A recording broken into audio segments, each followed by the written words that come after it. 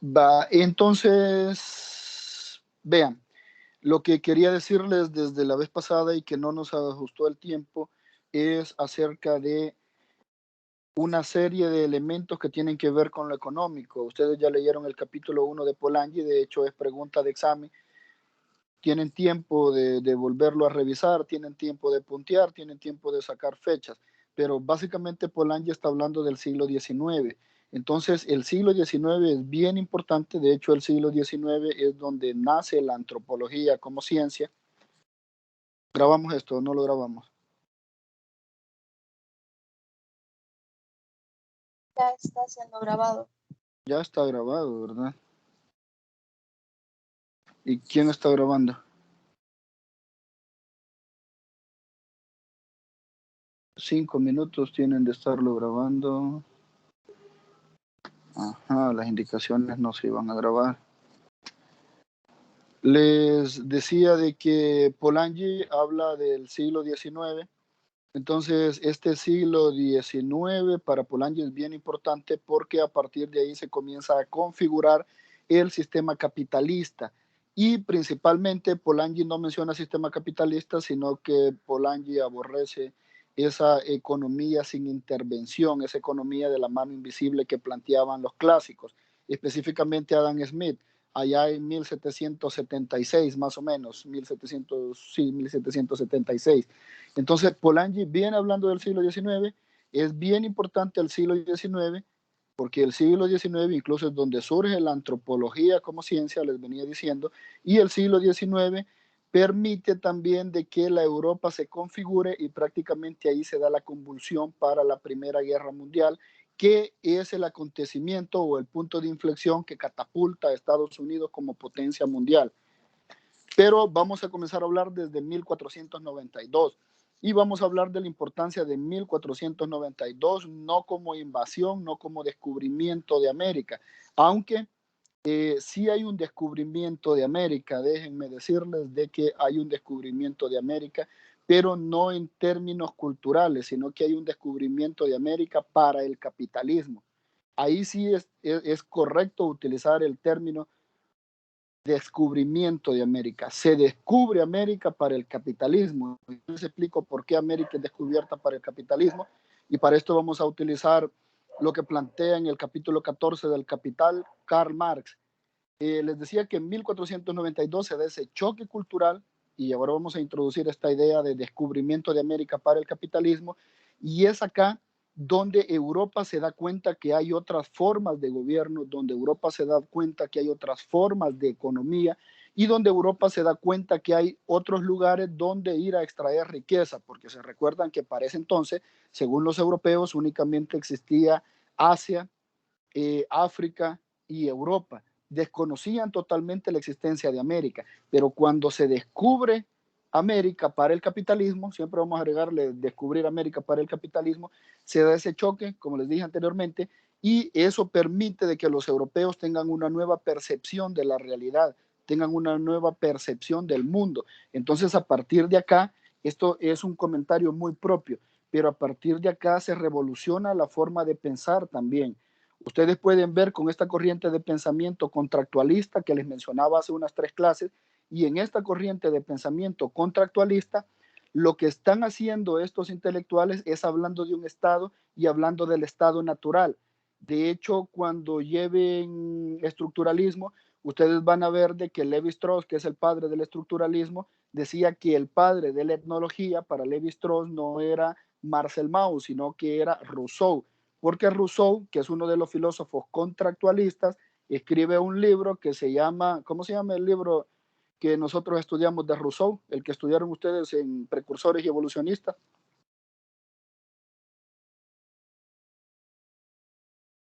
El contrato social.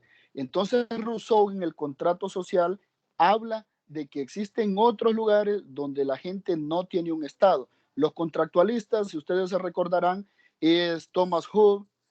Quiero hacer un paréntesis aquí porque la vez pasada les di un dato erróneo y ustedes no me corrigieron, les dije David Hume, pero es Thomas Hobbes. Entonces, en los contractualistas está este Thomas Hobbes, que es el que escribe Leviatán, donde habla del lobo del hombre y la necesidad de crear un Estado.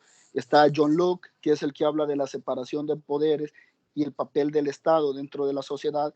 Está Rousseau, que es de los que más hemos estudiado nosotros, que habla del contrato social. Y en este contrato social, Rousseau, Lévi-Strauss dice de que Rousseau ya está haciendo etnografía, porque Rousseau hace mención de que hay otras civilizaciones, de que hay otras culturas donde no existe el concepto de Estado, sino que hay un estado natural. Regresar al estado natural desde el punto de vista legal es como regresar al pasado, regresar a lo primitivo. Pero Rousseau, en este caso, en el contrato social, está diciendo de que hay un estado natural y que ese estado natural funciona sin necesidad de la intervención del Estado. Vean, en este punto Rousseau es un poco anarquista. De hecho, Rousseau sienta las bases del anarquismo en cierta medida. Pero comienza a hablar de esto. Y les menciono a Rousseau y les menciono a los contractualistas para que se vea que el impacto de ese choque entre América y Europa no solamente impacta en el tema cultural, no solamente impacta en el tema económico del saqueo, sino que también impacta en el tema académico. Y muchas teorías surgen a partir de ese choque que Europa tiene con América. Tal es el caso de lo que les estoy mencionando de los contractualistas y esa idea del Estado y esa idea del Estado natural donde la gente no tiene un Estado. Entonces, a partir de ahí sucede algo bien importante y luego seguimos con el capítulo 14 que les decía del Capital de Marx, donde Karl Marx dice que el capital viene chorreando sangre y lodo. Después de que se dé este choque, después de que Europa cambia su perspectiva sobre la realidad del mundo, ahora Europa tiene suficiente riqueza desde el punto de vista del marxista, desde el capítulo 14 del Capital. Ahora Europa tiene suficientes recursos como para iniciar una industrialización. No fue que Europa en el momento lo pensara, porque de hecho quien saqueó América fue España, no fueron los ingleses. Se recuerdan que los ingleses únicamente llegaron acá a Belice y desde Belice era un punto donde ponían, donde robaban. Los que extrajeron la riqueza fueron los españoles, pero quienes la supieron aprovechar fueron los ingleses. Entonces, este otro punto importante, después de 1492 y ese choque entre América y Europa, tenemos la revolución industrial. Esa revolución industrial que llevan a cabo los ingleses. Y esa revolución industrial que, como les repito, desde el punto de vista marxista, fue financiada por América. Eso es bien importante, porque la revolución industrial es el antecedente, es la antesala del sistema económico capitalista, que es nuestro antagónico que analizamos y criticamos. Entonces, a partir del choque con América surge, ¿se recuerdan cuando hablábamos de los sistemas económicos? Surge el mercantilismo, la acumulación de metales preciosos, y después del mercantilismo, que el mercantilismo es un precapitalismo, viene la revolución industrial, que quien la sabe aprovechar son los ingleses allá por el siglo XVIII. No sé si hasta acá tienen comentarios o preguntas.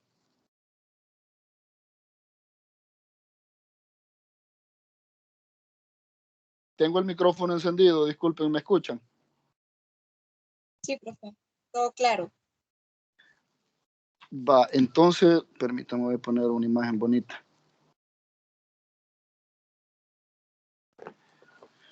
Va, entonces vamos por la revolución industrial que hacen los ingleses, donde los ingleses obtienen todo el capital básicamente de América, y no fueron ellos los que fueron a traer el oro y la plata a América y los recursos, sino que se los quitan a los españoles.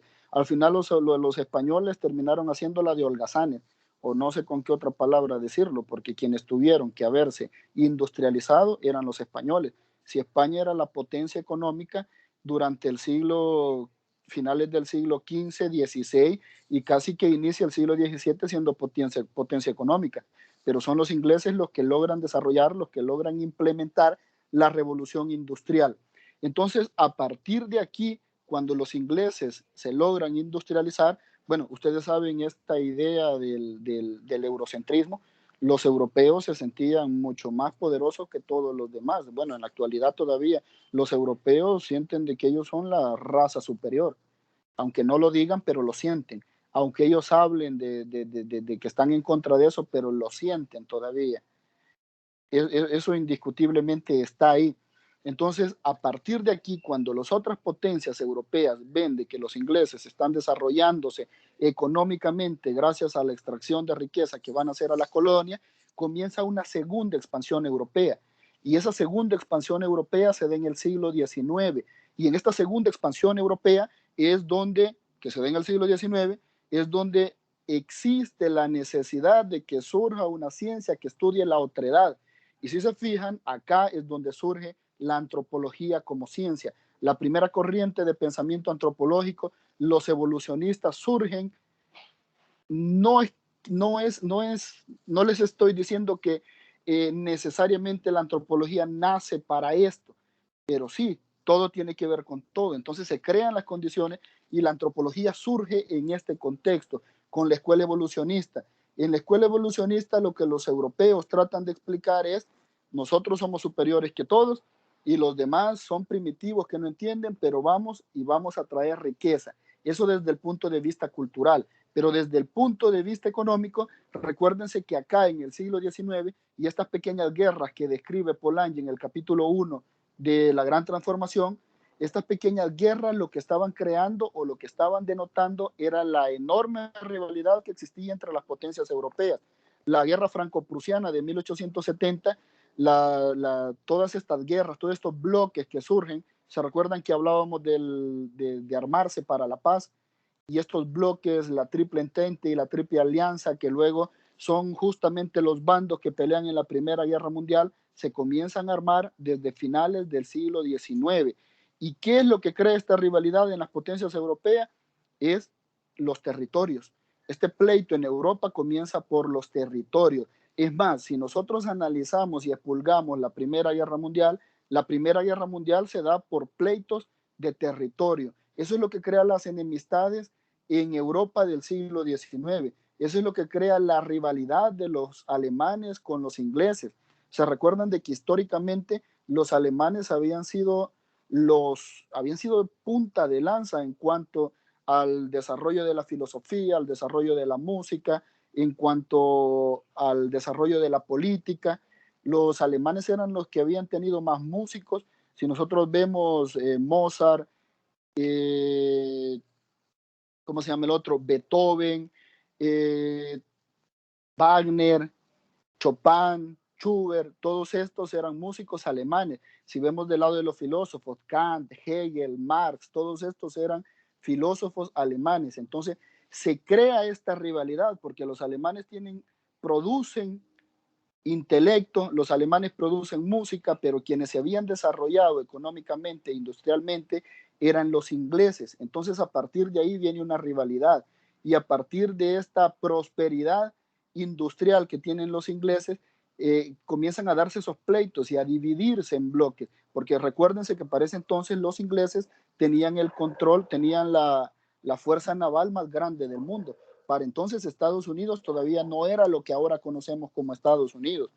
Entonces existe esta rivalidad y esa rivalidad acompañada de la bonanza que estaban teniendo gracias a la segunda expansión europea, a todas esas misiones que iban a hacer, que mandaban misioneros, antropólogos, etnólogos y todo eso a extraer riqueza de los pueblos, de las culturas primitivas, entre comillas, eso les creaba, permitía que se crearan las condiciones económicamente para poder financiarse una guerra. Y viene un periodo ahí en el siglo XIX que apúntenlo y busquen lo que se llama, ¿cómo es que se llama este periodo? Armándose para la paz, algo así, un periodo de paz que se estaban armando las potencias europeas para la paz, decían ellos. Imagínense, invertir en armamento y la excusa que ellos decían es que se estaban armando para la paz. Pero bien, al final todo esto sabemos de que desembocó en la Primera Guerra Mundial. De hecho, ese es el punto de referencia que tiene Polanyi, donde está hablando del siglo XIX. Para Polanyi, el siglo XIX termina en la Primera Guerra Mundial, en 1914. Y aquí esto me parece bien curioso porque para el historiador marxista, este señor Eric Hobsbawm, el siglo XX precisamente inicia en 1914 con la Primera Guerra Mundial. O sea que si se fijan, Polanyi y este señor Eric Hobsbawm están tomando el 1914 como fin del siglo XIX y 1914 como inicio del siglo XX. Entonces es algo bien interesante y precisamente porque los dos tienen más o menos la misma línea. Hasta acá, hasta 1914, cuando inicia la Primera Guerra Mundial, siempre por los pleitos que tenían las potencias europeas, si se fijan, hacemos un paréntesis, ya había nacido la antropología. Y para este entonces la antropología trataba de explicar la superioridad de los europeos. Los antropólogos para este tiempo, para finales del siglo XIX, eran Taylor, Morgan, los que hablábamos de los que hablaban de los tres estadios. ¿Se recuerdan de esos tres estadios? Barbarie, civilización y ¿cómo se llamaba el otro? Salvajismo, barbarie y civilización. Entonces, en un inicio de la antropología lo que hacía era explicar que los europeos eran superiores a los otros y que los otros tenían que seguir mucho tiempo, salvajismo, barbarie, hasta llegar a la civilización. Eso explicaba la antropología. Básicamente la antropología era una herramienta que el imperialismo tenía. Es más, la antropología, lastimosamente, como decía Maurice Lenhardt, el profesor de la cátedra de religión de los pueblos primitivos después de Marcel Mauss, él decía de que la antropología está al servicio del imperio, y también lo decía Godelier en el capítulo que leímos. Y también podemos observar de que cuando los gringos querían estudiar a los japoneses durante la Segunda Guerra Mundial, mandaron a una antropóloga que estudiara la cultura japonesa. ¿Se acuerdan? El crisantemo y la espada de Ruth Benedict, como que es. Entonces la antropología siempre ha estado al servicio, lastimosamente, del poder económico, aunque el discurso sea otro. ¿De qué estoy hablando? Primera Guerra Mundial. Se configuran los bloques e inicia la Primera Guerra Mundial. De hecho, la Primera Guerra Mundial les decía de que el pleito, el detonante, la muerte del archiduque Francisco Fernando en junio de 1914, es un pleito también entre el Imperio Austrohúngaro y los ingleses, entre el Imperio Austrohúngaro y los rusos, entre el Imperio Austrohúngaro y los franceses. Así estaban divididos los bloques. La Triple Alianza, que era el Imperio Alemán y el Imperio Austrohúngaro. Para ese entonces Alemania todavía no era un país, sino que era un imperio. Y por el otro lado, la Triple Entente, que era los ingleses, los franceses y los rusos. Que por cierto los rusos dejan a media la Primera Guerra Mundial porque en 1917 se da la revolución bolchevique. Como solo estamos punteando, vamos rapidísimo. Se da la Primera Guerra Mundial y en estos dos bandos Estados Unidos no interviene. Vean, ahí el poder lo tenían los ingleses. Y de hecho, para ese entonces en nuestro país los bancos que existían eran ingleses. Estados Unidos todavía no era una potencia mundial, pero después de la Primera Guerra Mundial, bueno, Estados Unidos estuvo solamente viendo cómo se desarrollaba la Primera Guerra Mundial. Estados Unidos entra al conflicto con el pretexto de que los alemanes le habían atacado un barco que se llamaba el Lusitania y le habían matado no sé cuántos ciudadanos gringos. Pero eso fue al final de la guerra, en 1918, me parece, que le hundieron el Lusitania a los alemanes, a los gringos. Ese fue uno de los pretextos, y el otro pretexto, ¿quién sabe cuál fue el otro pretexto que Estados Unidos utilizó para entrar a la Primera Guerra Mundial?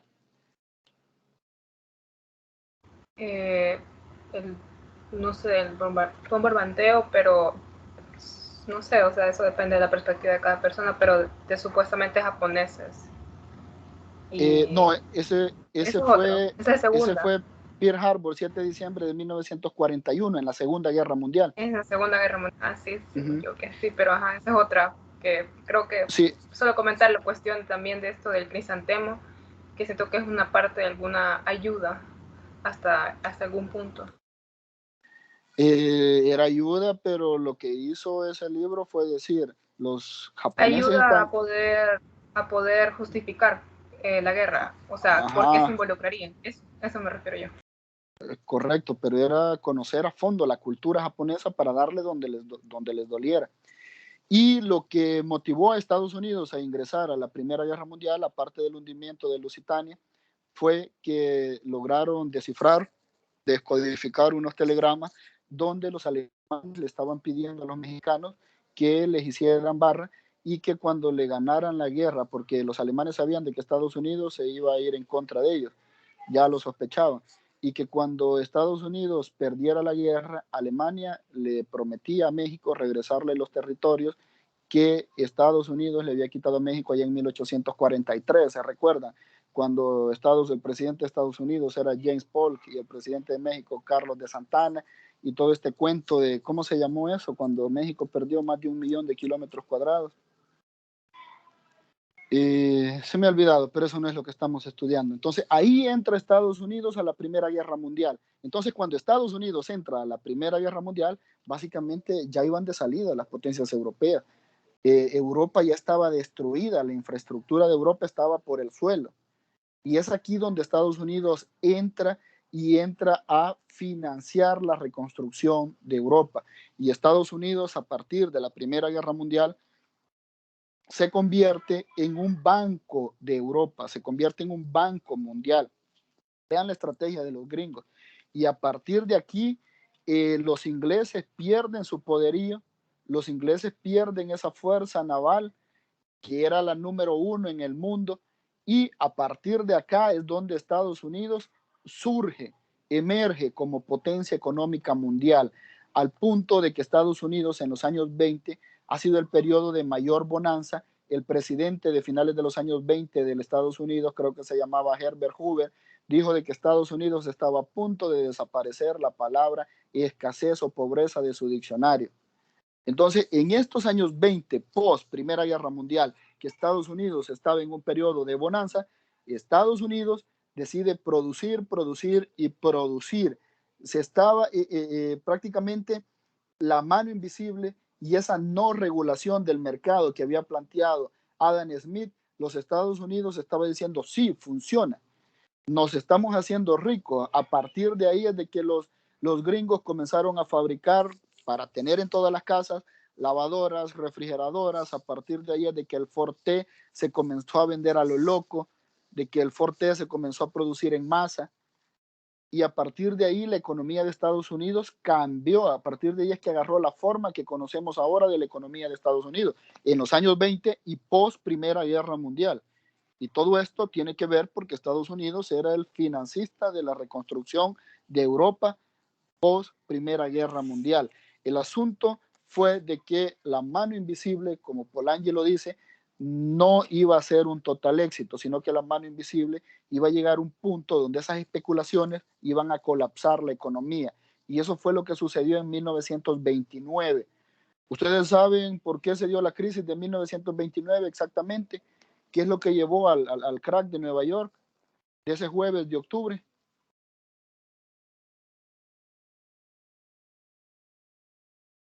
¿No? El sistema capitalista. Serían los excesos de producción. Es correcto. Estados Unidos comenzó a producir sin pensar de que iba a llegar a un punto donde la demanda iba a disminuir. Entonces ellos crearon un excedente de producción. Ese es un punto. Y el otro punto es de que Estados Unidos daba préstamos para que la gente invirtiera en la bolsa de valores. Vea, todo era un círculo, un ciclo. Las empresas vendían por montones, entonces las empresas se comenzaron a cotizar en la bolsa de valores. Entonces, cuando estas empresas se cotizaban en la bolsa de valores, las acciones eran carísimas y todos los días estaban al alza. Todos los días las acciones se cotizaban en más y más y más y más precios. Entonces los bancos daban préstamos para que la gente comprara acciones. Había gente que hipotecaba su casa en el banco para comprar acciones. Había gente que vendía todo lo que tenía para comprar acciones. Había gente que prestaba sin tener ningún tipo de hipoteca para comprar acciones. Y los bancos no se percataron de eso y daban préstamos. No tenían un respaldo, no exigían un respaldo, pensaron de que todo iba a ser bonanza. Entonces llega un punto donde la sobreproducción económica de Estados Unidos crea un excedente y entonces ya no hay demanda, y cuando se cae la demanda, las empresas comienzan a dejar de producir, obviamente, porque ya tenían su bodega repleta, y cuando dejan de producir, comienzan a bajar los niveles el valor de las acciones. Y cuando comienza a bajar el valor de las acciones, comienza la gente a retirar el dinero del banco. Llega un punto donde en un día, en un jueves de octubre de 1929, la economía colapsó totalmente, reventó y se fue a pique todo. Las acciones que valían $100, por poner un ejemplo, las acciones que ahora valían $6, hoy jueves, ya mañana costaban $1. Entonces la gente comenzó a perder sus casas y la gente, al ver esto, que tenía ahorros en los bancos, comenzó a ir a retirar los ahorros de los bancos, pero los bancos no tenían ese dinero de las personas, sino que ese dinero ya lo habían prestado para que estuviera invertido, y prácticamente ese dinero ya eran acciones que se habían caído y el dinero de la noche a la mañana se había perdido, como va a suceder en un tiempito acá con el Bitcoin. Entonces se pierde por completo y ahí es donde se da la crisis de 1929. ¿Por qué es importante la crisis de 1929? Porque es lo que Polanyi viene criticando en el capítulo 1 de la Gran Transformación. Esa mano invisible, ese libre mercado, esa no regulación del Estado. Entonces acá en 1929, el gran fracaso del sistema económico capitalista, el gran fracaso de la economía liberal. ¿Por qué economía liberal? Porque los clásicos así le habían llamado, que era una economía liberal donde no se necesitaba la intervención del Estado. Díganme si tienen preguntas mientras respiro.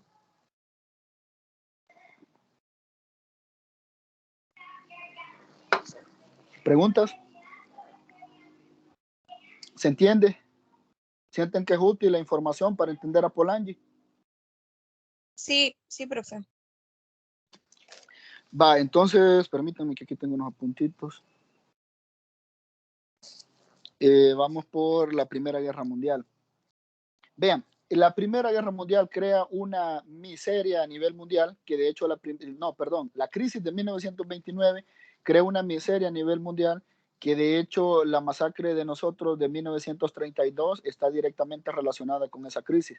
Estados Unidos deja de comprar café, boom, campesinos, váyanse. ¿Para dónde? A saber, porque las tierras se las quitó Rafael Saldívar en 1881. Entonces, también esa crisis tiene que ver con la miseria que estaban viviendo los alemanes. En Alemania se da una hiperinflación. La gente iba a comprar con marco alemán pan y llevaba una carretillada de marco alemán y no compraban ni un pan. Hubo una hiperinflación en Alemania.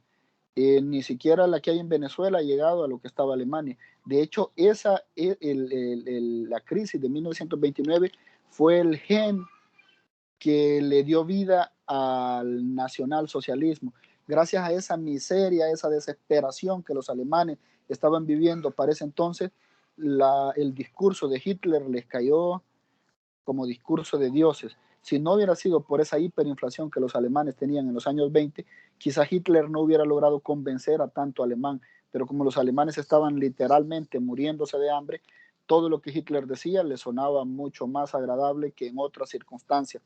Entonces, acá, y aparte de eso, hago un paréntesis, se recuerdan que cuando Alemania pierde la Primera Guerra Mundial en 1918, en el Tratado de Versalles, Alemania se compromete a reconstruir, a pagar ellos por la reconstrucción de Europa. Entonces, los alemanes se pusieron el lazo en el pescuezo ellos solos. Y de hecho era lo que Hitler tanto criticó después, que les llamaba cobardes a los que habían firmado el Tratado de Versalles en 1918. Después de esto, para entender lo que está sucediendo, Estados Unidos ya se había consolidado no como la potencia que conocemos ahora, porque la Segunda Guerra Mundial le permite consolidarse como potencia aún más, pero Estados Unidos ya el bancado de los ingleses. Y después de esta crisis de 1929 viene la Segunda Guerra Mundial, que prácticamente es la continuación del pleito por la segunda expansión europea que habían tenido en el siglo XIX, esas pequeñas guerras que describe Polanyi en el capítulo 1, hacen una primera escena, la Primera Guerra Mundial, y hacen una segunda escena, todas esas pequeñas guerras del siglo XIX, la Segunda Guerra Mundial. En la Segunda Guerra Mundial, Estados Unidos hizo lo mismo que en la primera. Estados Unidos no entra a la Primera Guerra Mundial, que inicia en septiembre de 1939.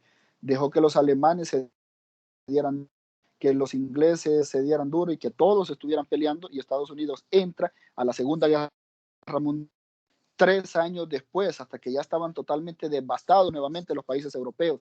Estados Unidos entra, y ahí sí es lo que decía una compañera hace un rato, porque tanto los alemanes como los japoneses, acá ya no eran la triple entente y la triple alianza, sino que aquí eran las potencias aliadas y las potencias del eje. Básicamente la triple alianza ahora son las potencias del eje y la triple entente ahora son las potencias aliadas. Las potencias del eje ahora son Italia, Alemania, Austria y Japón. Y las potencias aliadas son Francia, Inglaterra. Ahora Rusia ya es independiente porque se recuerdan de que en 1917 se dio la revolución y ahora Rusia ya no jala para ningún lado, sino que es totalmente independiente, aunque después entra a la Segunda Guerra Mundial. Creo que no nos va a alcanzar el tiempo para explicar por qué. Pero acá, nuevamente, Estados Unidos se hace el desentendido. Las potencias del eje y las potencias aliadas se habían bombardeado, habían destruido la infraestructura que había quedado después de la Primera Guerra Mundial, ya no tenían recursos y Estados Unidos estaba vendiendo los Jeep, la marca Jeep se crea precisamente para la Segunda Guerra Mundial y John D. Rockefeller abastecía de petróleo tanto a las potencias del eje como a las potencias aliadas. Vean, Estados Unidos siempre en el negocio. Cuando en 1941 les decía que los rusos y los alemanes cometen un gravísimo error. Los alemanes y los japoneses, borren ahí lo que dije, los rusos, alemanes y japoneses cometen un error. Necesito explicar esto porque esto es lo que me va a llevar a los Bretton Woods para hablar del Fondo Monetario Internacional y el Banco Mundial, que son gringos.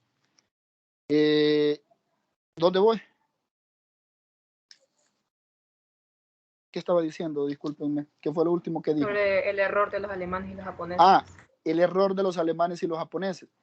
Los alemanes, como Rusia no se metía en la guerra, entonces Hitler fue Hitler definitivamente ha sido tan estratégico que la propaganda nazi todavía, hasta el gobierno de El Salvador la usa. La propaganda que se inventó el ministro Joseph Goebbels. Entonces Hitler, cuando inició la guerra, fue a hablar con los rusos.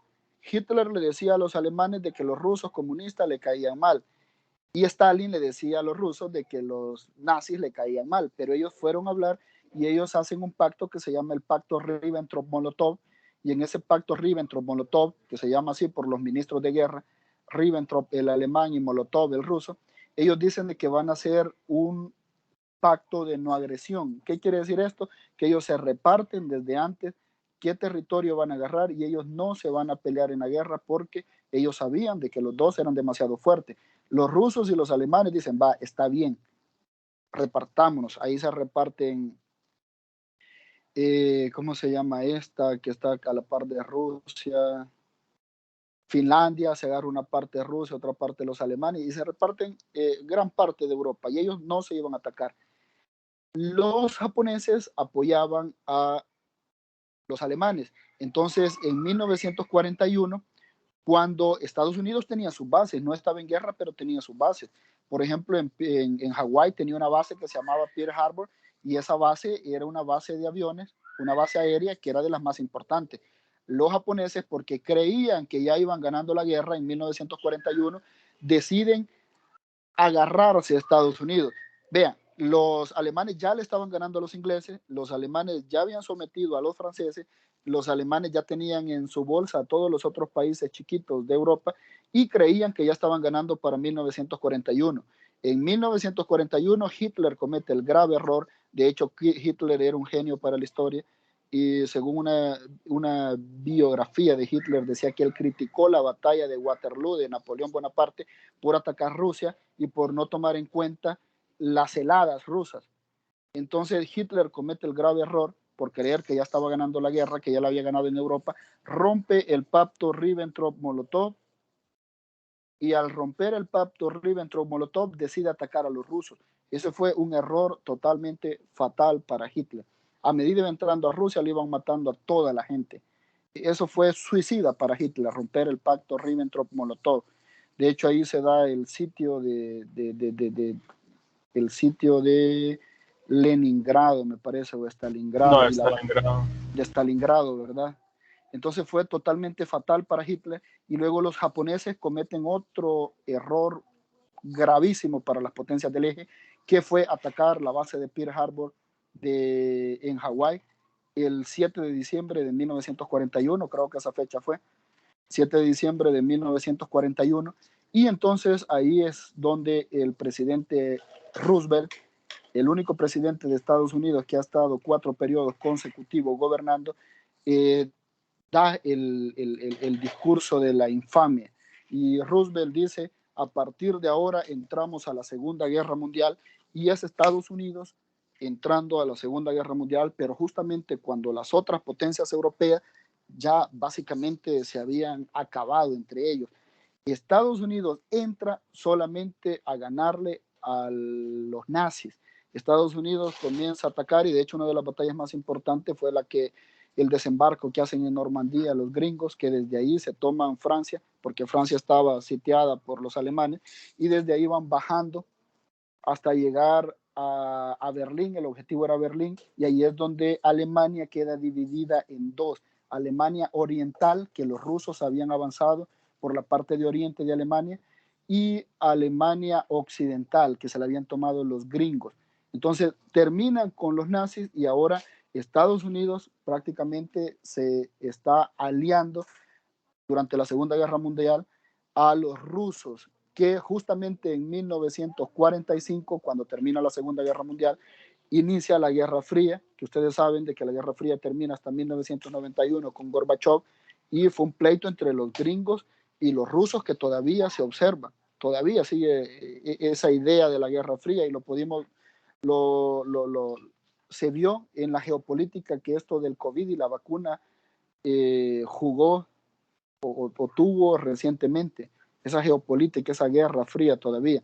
El punto es de que en 1944, antes de que terminara la Segunda Guerra Mundial, se reúnen, y este punto es importante para lo económico, se reúnen y Estados Unidos dice cómo va a funcionar la economía del mundo después de que yo gane. Recuérdense que Estados Unidos siempre yo y yo. ¿Cómo va a funcionar la economía del mundo después de que yo gane la Segunda Guerra Mundial? Y ahí es donde Estados Unidos dice, la moneda de circulación a nivel mundial va a ser el dólar. Y Estados Unidos dice, vamos a crear dos instituciones que son bien importantes para que den préstamo y que impulsen o fomenten el desarrollo de los países. Y Estados Unidos acá en los Bretton Woods, los acuerdos Bretton Woods de 1944, antes de que terminara la Segunda Guerra Mundial, Estados Unidos crea el Fondo Monetario Internacional y crea el Banco Mundial. Esto es bien importante para la economía, porque de hecho, hagamos un paréntesis y veamos qué tiene que ver esto con nosotros en la actualidad.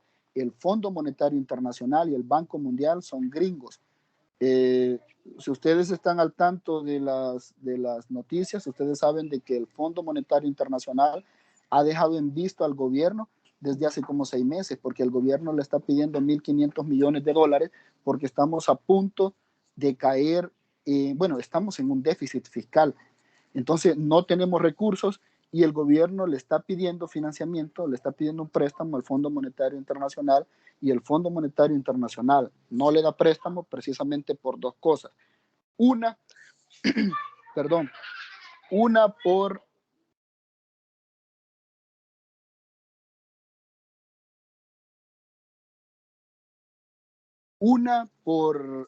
el Bitcoin, que esas instituciones no están de acuerdo, y la otra es por la famosa lista Engel, que Estados Unidos ha dicho investiguen a estos, y el gobierno dice no los investigamos. Entonces el del dinero aquí es Estados Unidos. El Fondo Monetario Internacional y el Banco Mundial le pertenece a Estados Unidos, lo creó Estados Unidos en 1944 en estos acuerdos Bretton Woods, en esta conferencia de los Bretton Woods, y lo creó precisamente para tener el control geopolítico de los países en vías de desarrollo.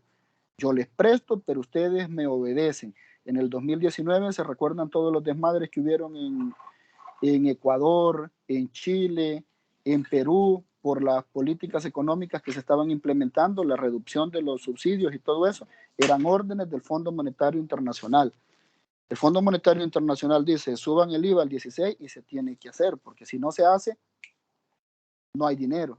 Entonces, vean, esto es bien importante para entender la economía de la actualidad, y esto tiene que ver con esas guerras, con cómo se ha venido configurando el sistema económico, con la historia, con el siglo XIX, con la Primera Guerra Mundial, con la crisis de 1929, con la Segunda Guerra Mundial y con la Guerra Fría. Díganme si tienen preguntas, quiero ver qué más me falta, los Bretton Woods, el Fondo Monetario Internacional, el Banco Mundial, y nos quedamos pendientes de hablar de la Guerra Fría. Eso lo vamos a hacer después. Vean, esta línea del tiempo, si ustedes se fijan, acá no estoy hablando de las lecturas, pero para entender las lecturas debemos entender esta línea del tiempo. Para entender a Polanyi debemos de entender todos estos acontecimientos. Debemos de entender el siglo XIX, debemos de entender esas pequeñas guerras del siglo XIX, esas alianzas de Europa en el siglo XIX. Debemos entender la Primera Guerra Mundial, la crisis de 1929, la Segunda Guerra Mundial. Y ya para analizar la economía en la actualidad tenemos que entender también los Bretton Woods y la Guerra Fría, que es bien importantísima. Entonces, esto solamente era un agregado de lo que estamos estudiando, un agregado a las lecturas. No les podía dejar una lectura de esto porque hubieran sido varias lecturitas de diferentes temas. Así que mejor por eso dedicamos este espacio para explicarlo. Díganme si tienen preguntas, por favor.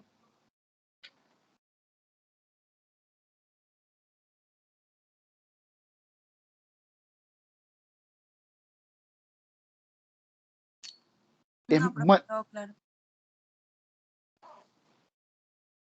Entonces, vean, dejemos de grabar.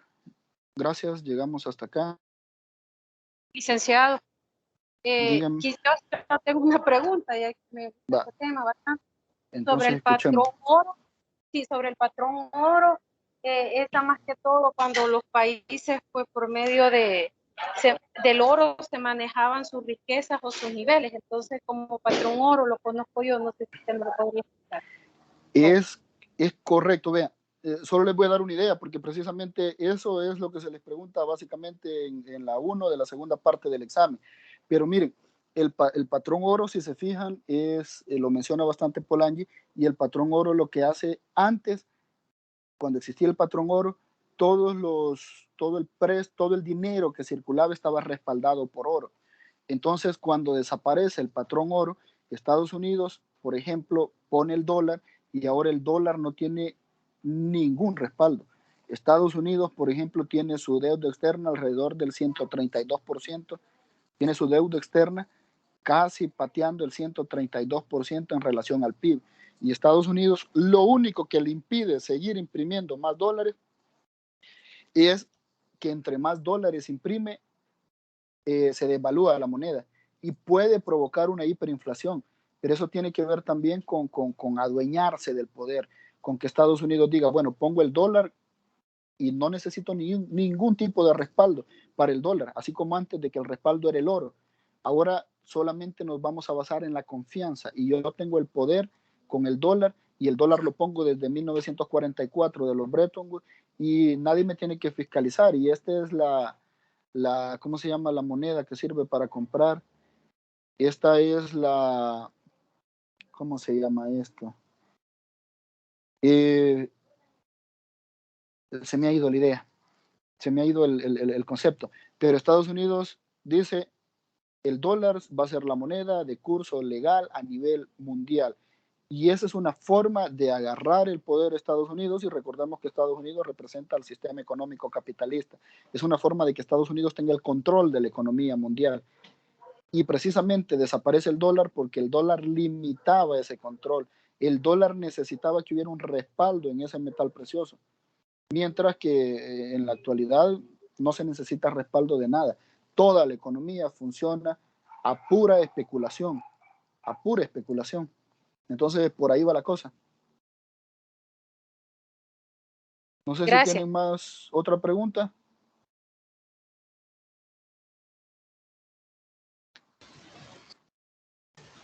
Creería que no. Entonces, dejamos de grabar.